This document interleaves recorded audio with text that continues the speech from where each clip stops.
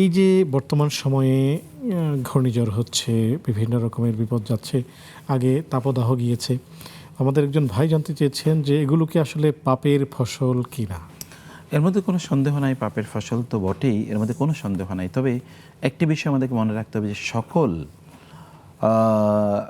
মানে বিপদই কেবলমাত্র পাপের কারণে হয় না।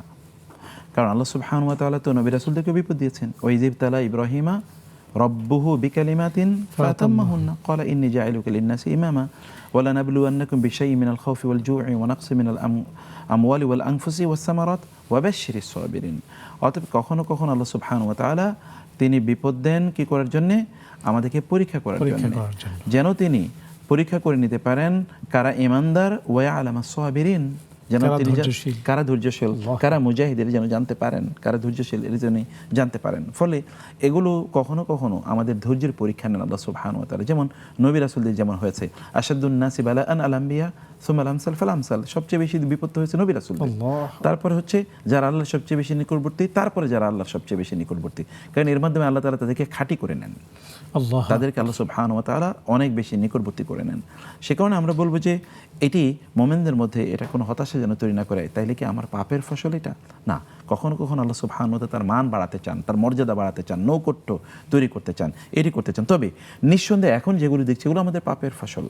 এগুলো অনেক ধরনের পাপ। কখনো আমরা স্রষ্টার প্রতি মানে সৃষ্টিকর্তার প্রতি পাপ করেছি, অথবা আমরা জুলুম করেছি তার প্রতি, অথবা আমরা জুলুম করেছি তার সৃষ্টির প্রতি। কোনো না কোনো একটা জায়গায় একটা জুলুম আছে। সেই জুলুমের ওই কথা হচ্ছে যে পরীক্ষা করার জন্য, এটা আল্লাহ ওয়ালাদের জন্য এই কথা বোঝাচ্ছে।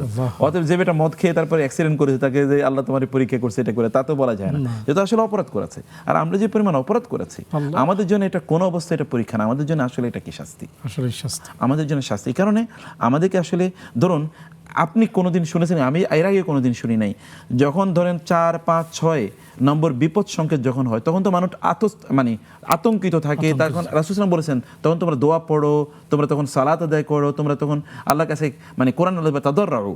যখন তাদেরকে বিপদ স্পর্শ করেছে তখন তারা কেন কাঁদলো না, তারা কেন আমার কাছে রোনা জারি করলো না? আর এখন বিপদ সংকেত দেখার জন্য ওরা ইয়েতে যায়, তারা বিপদ সংকেত দেখার জন্য, সমুদ্রে কত ভয়াল অবস্থা হবে এগুলো দেখার জন্য লোকেরা সেখানে যায়, উলঙ্গ হয়ে নাচানাচি করে তারা ইত্যাদি খায়। কত বড় জালেম এবং জাহেল হতে পারে মানুষ! ইন্নাহু কানা যালুমান জাহুলা। যেখানে তার ঘরের মধ্যে আবদ্ধ থেকে তার আল্লাহর কাছে আশ্রয় প্রার্থনা করার কথা ছিল, এবং এই সময় নামাজ কিন্তু মসজিদে না গিয়ে ঘরেও পড়া যায় যাচ্ছে, সেই একটা সময় তারা এগুলো দেখতে যায়। এটা ভাবা যায় কোথায় গিয়ে মানুষের উদ্ধত এবং অহংকার পৌঁছেছে, দৃষ্টতা কোথায় গিয়ে পৌঁছেছে মানুষের। তো সেই কারণে এগুলো আমাদের পাপের ফসল না তো কি? এই কারণে আমাদেরকে অবশ্যই আল্লাহর কাছে ইস্তিগফার করতে হবে, আমাদেরকে আল্লাহর কাছে ক্ষমা চাইতে হবে, আমাদের নিজের জীবনকে পরিবর্তন করা দরকার, আমাদের লাইফস্টাইল পরিবর্তন করা দরকার। আল্লাহ তাআলা আমাদেরকে তৌফিক দান করুন।